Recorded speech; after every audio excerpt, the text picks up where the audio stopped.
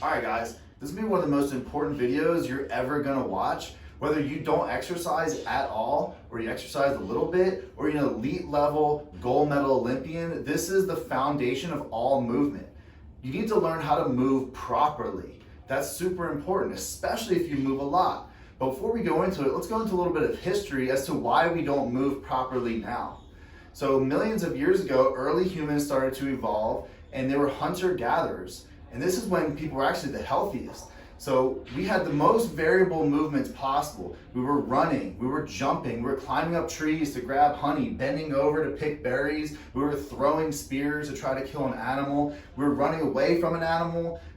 All these different types of movements and all these different joint movements were prevalent in everyday life. And then around 12,000 years ago, we had the agricultural revolution. People started to settle down and started to farm. So when we started farming, our movement variability went way down. We started doing very repetitive movements. And this is when you started to see things like arthritis start to come into the picture. That was never really a thing before. Then around 200 years ago, we had the Industrial Revolution. So we left the farms, we went to the cities and the factories. And now the movement variability is way down. We're doing the same exact repetitive movement over and over and over again all day for years and years and years. And this is why people have so many issues with their joints now. People are in pain. People are in lots of different joint diseases, and it's not from moving too much, it's from moving too little. So we need to get back to the basics and learn how do we control our bodies. And one of the first things that we're going to learn in this series is how do we dissociate joint movement. So what does that mean?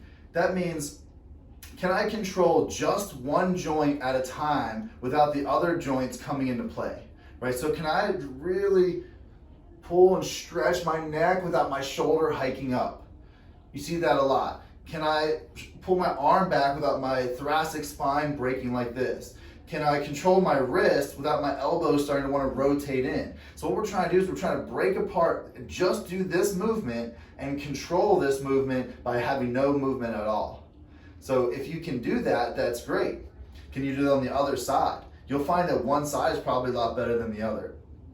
So next thing we're going to do, once we learn how to break this apart, we're going to do what's called radiating tension. And this is a super important thing, especially for athletes. And we'll go over a little drill right now to kind of see what I'm talking about.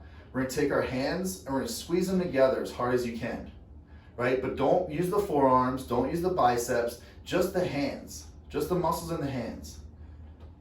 Feel how hard you can squeeze it. Now let's bring the forearms in. Squeeze harder, the biceps, the pecs, the upper back, now the abs. Now you can squeeze so much harder by what we do is called radiating tension. So now we're bringing other joints, other muscles into play for the same movement. That's going to help us control that movement much, much better. And it's going to help us bring a lot more force into that movement as well. So in things like squatting, when people say grab your feet into the ground and really pull those hips open, that's not a suggestion. That's irradiating tension in your hips so everything is grabbing in so you can drive way more force. Now, if you're someone that doesn't move at all and you have joint pain, irradiating tension is going to help you to control that movement better as well. So they work hand in hand. And in this series, we're going to deep dive and going into those movements and how do we do that? How do we break down and do basic things like, okay, well, we can do, let's say our knees, we can do flexion and extension. It's a very common movement that pretty much everybody can do. But can you control the rotation? Can you control internal and external rotation of the knee? That's not really a movement that we think about doing. We think about internal and external rotation of the shoulders or the hips, but what about the knees? What about the elbows? They're all designed to move in three different planes, but we typically only move them in one or two. So if you can learn to control them in all three, you're going to be able to control your body, you'll be in way less pain, and you'll be able to perform way better. So this is the foundation of everything, no matter who you are. If you sit in office all day, or if you're an elite level athlete, you need to learn how to control your body perfectly. And this is going to be the series to do it.